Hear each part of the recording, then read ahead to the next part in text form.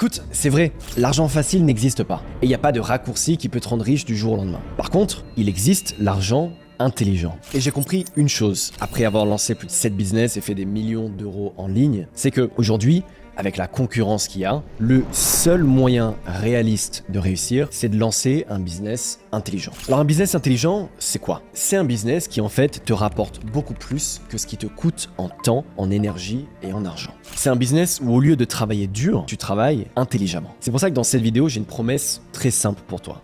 Te montrer quel est aujourd'hui, en 2026, selon moi, le business le plus intelligent à lancer. Et pour faire ça, on va évaluer chaque modèle business, les plus connus d'aujourd'hui et d'autres dont tu as probablement jamais entendu parler. Tu vas voir lesquels sont devenus trop concurrentiels et bêtes et vont te faire perdre du temps et lesquels, au contraire, réunissent tous les bons atouts et font le plus de sens pour toi là où tu en es aujourd'hui. Parce que si aujourd'hui tu es bloqué dans ton taf, dans tes études ou si tu as déjà échoué dans un business, tu penses peut-être que tu n'es juste pas fait pour entreprendre. Mais moi aussi j'ai cru ça. J'ai bossé comme un fou pendant des années et je gagnais presque rien. Mais en réalité, le problème c'était pas moi, c'était mes choix. Tu vois, je m'étais lancé dans des business en déclin. Et dans un business en déclin, même si tu travailles extrêmement dur jour et nuit, t'échoues. C'est un peu comme pousser un rocher en haut d'une montagne. Mais à l'inverse, quand tu choisis le bon business au bon moment, même en faisant plein d'erreurs, tu peux exploser. Et qu'on soit clair, je vais pas te donner que de la théorie, parce que pour tout ce que je vais te dire, c'est basé sur des années d'expérience sur le terrain. Tous les détails juste après. Depuis que j'ai quitté HEC Paris, j'ai lancé une agence, une marque de e-commerce, une application mobile et d'autres business qui m'ont rapporté des millions d'euros de bénéfices. Mais donc, pourquoi je dis ça? C'est parce que c'est important que tu saches que je suis pas attaché à un business en particulier, parce que j'ai fait de l'argent partout. Et si je fais cette vidéo justement, c'est que tous mes potes me posent toujours cette question. Comment je peux faire le plus d'argent avec un vrai business honnête, avec le moins d'efforts possible si je pars de zéro aujourd'hui? Alors dans cette vidéo, je veux simplement y répondre honnêtement, partager les pour et les contre de chaque modèle en te montrant mes propres chiffres. Mais donc concrètement, comment est-ce qu'on reconnaît un business intelligent? Alors il doit avoir 4 atouts. Si ton modèle il a pas ces 4 cartes en main, oublie-le. Mais s'il les a, tu tiens quelque chose de vraiment puissant qui peut changer ta vie. Mais juste avant de rentrer dans ça, je sais que tu as sûrement vu des milliers de personnes sur YouTube ou Instagram qui t'expliquent quel est le meilleur business à lancer. Et juste, je voulais dire, la différence avec moi, c'est que pour la plupart d'entre eux, leur seul business, c'est de vendre des formations. Et il n'y a aucun souci à ça, mais forcément, ça les rend biaisés dans leur discours. Et moi, oui, j'ai un programme d'accompagnement, je le cache pas, mais je reste toujours loyal avec mon audience et je partage les modèles tels qu'ils sont, vraiment avec leurs forces et leurs faiblesses. Et surtout, je parle uniquement de ce que j'ai testé moi-même en vous donnant les chiffres et l'expérience que j'ai eue. Parce que l'entrepreneuriat, c'est comme n'importe quel jeu. Et quand dans un jeu, tu démarres avec les bonnes cartes, avec les bons atouts, c'est beaucoup plus facile. Alors le premier atout, c'est les marges. Les marges, c'est ce que tu gardes vraiment de bénéfices chaque fois que tu fais 1000 euros de chiffre d'affaires. C'est extrêmement important parce que si tes marges sont trop faibles, tu peux bosser comme un fou pour au final garder que des miettes. Je te donne un exemple. Un de mes premiers business, FranceTex, c'était une entreprise d'impression textile. On avait réussi à faire plus de 300 000 euros de chiffre d'affaires en une année. Ça paraît énorme, mais à la fin de l'année, avec mon associé, on s'est partagé un SMIC à 2. Résultat, si tu n'as pas de bonne marge, ton business, il est condamné à juste tourner en rond et tu vas devoir faire énormément de chiffre d'affaires pour garder au final 1000, 2000 ou 3000 euros par mois. Autant rester dans ton taf actuel. Le deuxième atout, c'est l'investissement. Si tu te lances dans un business qui te demande de mettre du cash en permanence pour espérer décoller, tu prends un risque énorme. Tu peux littéralement te mettre en danger financier et te retrouver endetté. Donc un business intelligent, c'est un business qui demande un investissement quasiment nul au départ. Comme ça, tu limites tes risques et tu peux te concentrer sur ce qui compte vraiment, encaisser. Ensuite, on a la difficulté. Qu'on soit clair, aucun business n'est facile. Mais certains demandent des compétences que tu peux apprendre rapidement, en quelques semaines. Un business intelligent, c'est justement un business où l'exécution est si simple que tu n'as pas besoin d'un diplôme ou tu n'as même pas besoin de beaucoup de compétences pour commencer à faire de l'argent. Le quatrième atout, c'est le plus important de loin,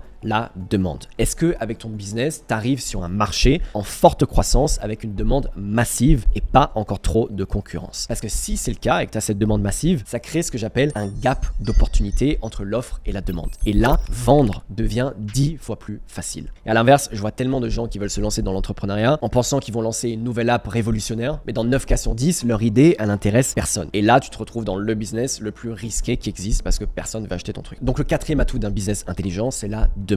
Parce que si tu veux réussir vite, ne réinvente pas la roue. Choisis tout simplement un marché où les clients existent déjà. Et là, tu sais que tu auras des gens à qui tu pourras vendre. Donc, retiens bien ça. Si tu veux les 4 atouts d'un business intelligent, ce sont les bonnes marges, un investissement quasiment nul, une difficulté raisonnable, simple à exécuter et surtout une forte demande sur le marché. Et ça paraît simple, mais tu verras que la majorité des modèles dont on va parler, surtout ceux que tu vois partout sur les réseaux, échouent à remplir ces 4 atouts. Maintenant qu'on sait quels sont les bons atouts à avoir pour faire de l'argent intelligent. On va pouvoir analyser tous les modèles qui existent dans le jeu de l'entrepreneuriat en commençant par le plus iconique du business en ligne, le dropshipping. Alors, la promesse du dropshipping aujourd'hui, c'est que tu peux créer une boutique avec l'IA, faire de la publicité et vendre des produits sans avoir à acheter de stock. Alors, j'aimerais bien que ce soit aussi simple, mais ça l'est pas. Tu vois, le problème principal du dropshipping, c'est que tu prends des produits de mauvaise qualité et tu les revends plus cher que ce qu'ils ne valent vraiment. Au début, ça passait parce que les gens y tombaient dans le piège, donc c'était vraiment facile de faire de l'argent. Mais au bout d'un moment, tout le monde a compris que ces produits étaient juste mauvais. Donc au final, plus personne n'achète rien. Sauf que, en parallèle de ça, il y a des dizaines de milliers de personnes qui ont continué à se lancer dans le dropshipping, ce qui fait que le modèle est doublement saturé. Parce qu'il y a beaucoup trop d'offres, beaucoup trop de gens qui vendent des choses pour de moins en moins de demandes. Et donc, la stratégie actuelle, la solution à ça des dropshippers pour continuer à faire de l'argent, c'est de trouver ce qu'on appelle des produits viraux, des produits gagnants. Sauf que pour trouver ces produits gagnants, il faut investir des milliers d'euros en publicité à chaque fois, souvent pendant des semaines ou des mois avant de trouver un produit gagnant et d'être rentable. J'ai vu tellement de débutants qui se lancent parce qu'ils pensent que tu peux faire du dropshipping avec zéro et au final, ils se retrouvent à perdre 3 à 5 000 euros rien qu'en publicité. Mais le pire, c'est que même quand tu trouves au final un produit gagnant, il s'éteint extrêmement vite. Tu joues uniquement sur la viralité. Et forcément, la viralité, ça disparaît extrêmement vite. Donc en 2 semaines, ta boutique, elle est morte et tu dois tout recommencer de zéro. Et une autre solution qu'on te donne aujourd'hui, c'est de créer ta propre marque e-commerce avec tes propres produits. Et ça, c'est un super business, c'est une super idée, mais dans la réalité, ça vient avec énormément de complexité. Il faut concevoir ton propre produit, gérer la logistique, investir dans du stock et pour démarrer sérieusement, il faut que tu comptes au minimum 10 000 euros.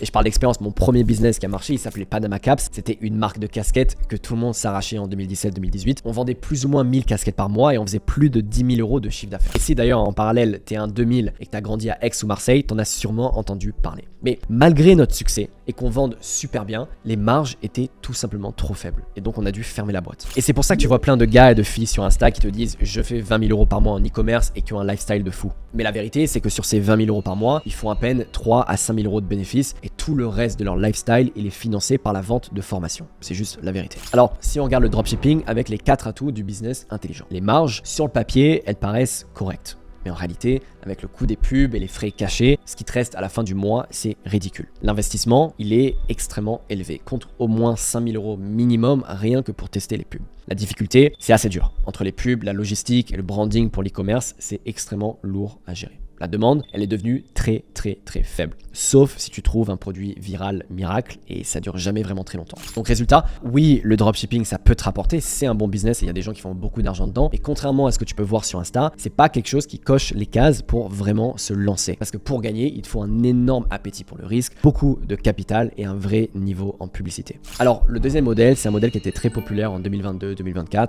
le fameux SMMA. Si tu sais pas ce que SMMA ça veut dire Social Media Marketing Agency.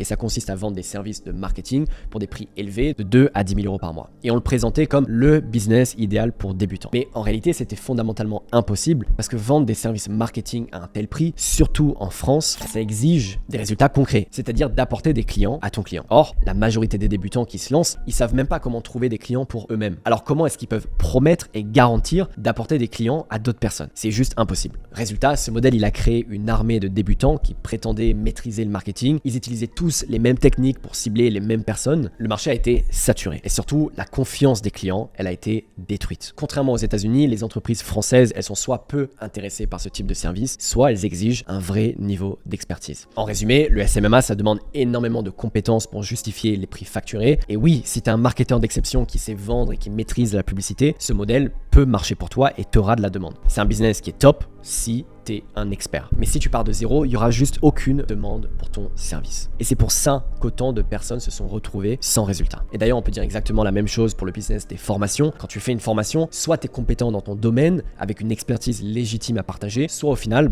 tu vends du vide. Donc par définition, c'est pas un business pour débutants. Alors prenons les 4 atouts pour le SMMA. La marge, elle est excellente parce que tu vends des services. Là, il n'y a pas de doute de ce côté-là. L'investissement, il est quasiment nul. Donc très bon aussi de ce côté-là. T'as pas besoin d'acheter de stock, t'as pas besoin de faire de pub au départ, ça coûte peu d'argent. Par contre, la difficulté, c'est là où ça devient énorme. Tu dois avoir des vraies compétences en marketing, en closing et être capable de délivrer des résultats concrets. En termes de demande, elle est très faible, évidemment quasiment nulle pour les débutants en France. Le marché il est saturé, les entreprises elles se méfient parce qu'elles ont trop eu de faux experts qui les ont déjà déçus. Oui, c'est un modèle qui peut marcher si tu es un marketeur d'exception, mais si tu pars de zéro, la vérité c'est que personne ne voudra de tes services. Et c'est exactement pour ça qu'il y a des milliers de débutants qui se sont plantés avec le SMMA. Alors le troisième modèle, c'est celui qui explose littéralement aux États-Unis. C'est les SaaS et les applications mobiles. En clair, le software. Et on va voir ce qui se cache réellement derrière ce modèle. Son plus grand avantage, c'est la scalabilité. C'est-à-dire qu'une fois que ça fonctionne et que tu as codé ton app, tu peux faire de l'argent parce que tout ce que tu vends techniquement, c'est des lignes de code. Chaque fois que quelqu'un télécharge ton application, ça te coûte rien à faire. Et je le sais parce que cet été, j'ai moi-même lancé une application qui a super bien marché. Et je vais te dire exactement combien j'ai gagné. Mais avant, parlons de marge et investissement. Côté marge, c'est excellent.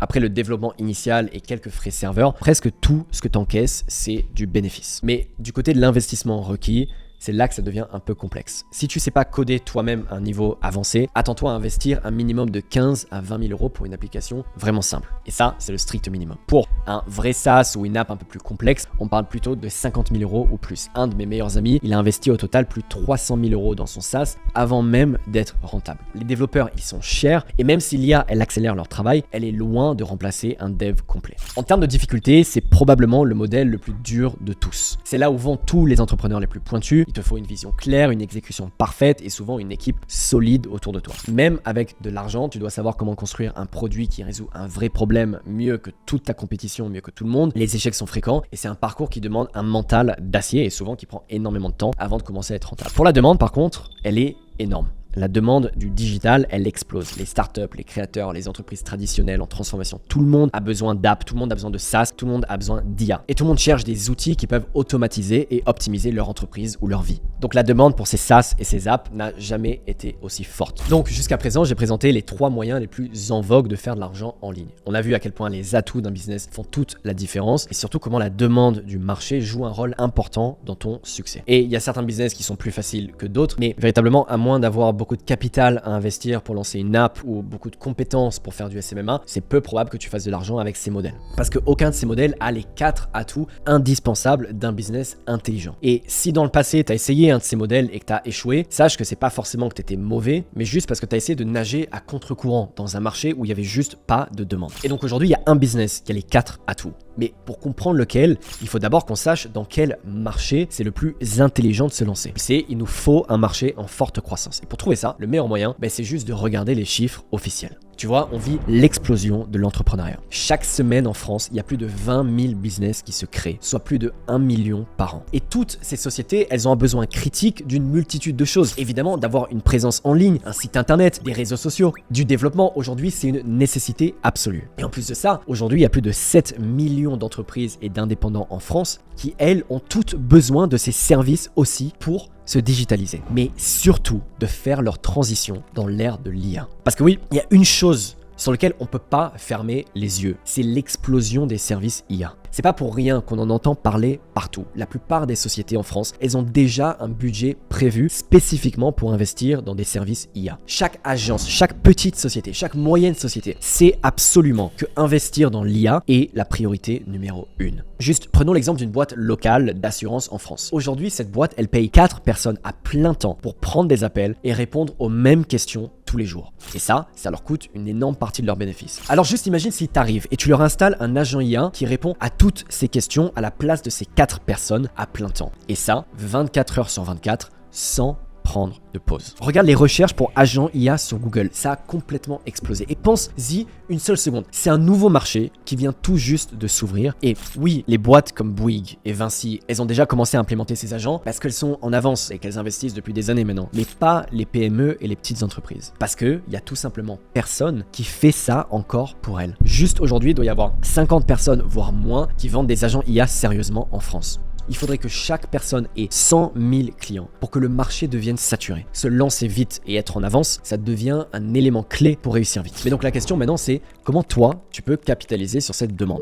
Vu qu'on veut des hautes marges, sans avoir à investir au départ, le meilleur moyen de capitaliser sur ce marché, c'est de vendre des microservices et des services IA. Et là, tu vas me dire, ouais mais Louis, vendre ces services, moi, j'y connais rien. Et c'est là où ce business devient vraiment intelligent. Parce que bienvenue en 2026. Aujourd'hui, tu peux livrer des services et donc de capitaliser sur cette demande sans avoir à faire les services toi-même. Et pour t'expliquer comment, laisse-moi juste te raconter exactement comment moi j'ai trouvé ce moyen simple. Tu vois, j'étais à la cantine de mon université et je suis tombé sur un étudiant qui était passionné de business comme moi et il me disait: ouais Louis, j'aimerais bien lancer une application mobile, je veux lancer une application mobile. Et donc je lui ai demandé: ok, comment tu vas la développer? Et là il me répond: ouais, je sais pas encore, je cherche une agence, mais j'arrive pas à trouver un développeur à un prix raisonnable. Et là, sans réfléchir, j'ai sorti une phrase qui a sûrement changé ma vie sans que je m'en rende compte. Je lui ai dit: ça tombe bien parce que j'ai justement une agence. Et à ce moment-là, tu te doutes bien, moi je connaissais rien aux apps. Mais par contre, je sais pas, dans ma tête, je savais que je pouvais trouver une solution. Donc après ça, j'ai passé la nuit à chercher un développeur et j'ai trouvé une développeuse en Macédoine du Nord qui avait fait plusieurs apps qui étaient incroyables dans le passé et elle facturait 16 € de l'heure. Et j'ai réalisé en plus à ce moment-là, un dev en Europe, c'est minimum 40 € par heure. Donc à ce moment-là, j'ai dit waouh, du coup, ça veut dire que je peux facturer moins cher que les devs classiques européens et tout en gardant de la marge. Donc, j'ai fait un devis à ce gars pour 29 € de l'heure. Lui, il était content parce que moi, j'étais 30% moins cher que tous les autres devis qu'il avait reçus. La dev que j'ai trouvée, elle était contente parce qu'elle avait un nouveau projet. Et ce jour-là, j'ai eu un déclic. Je me suis dit, mais si je peux le faire une fois, pourquoi pas une fois par semaine? Pourquoi pas 2 fois par semaine? Et c'est là où il faut comprendre que toi, tu peux faire la même chose avec des services classiques ou avec des services IA. Et mon ami, tu viens de découvrir le drop servicing IA, le business le plus intelligent à lancer. Le drop servicing, du coup, c'est un business qui prend la philosophie du dropshipping, mais au lieu de vendre des produits, on vend des microservices ou des services IA. Mais on vend des services que toutes les entreprises et les entrepreneurs recherchent déjà et n'arrivent pas à trouver un bon prix.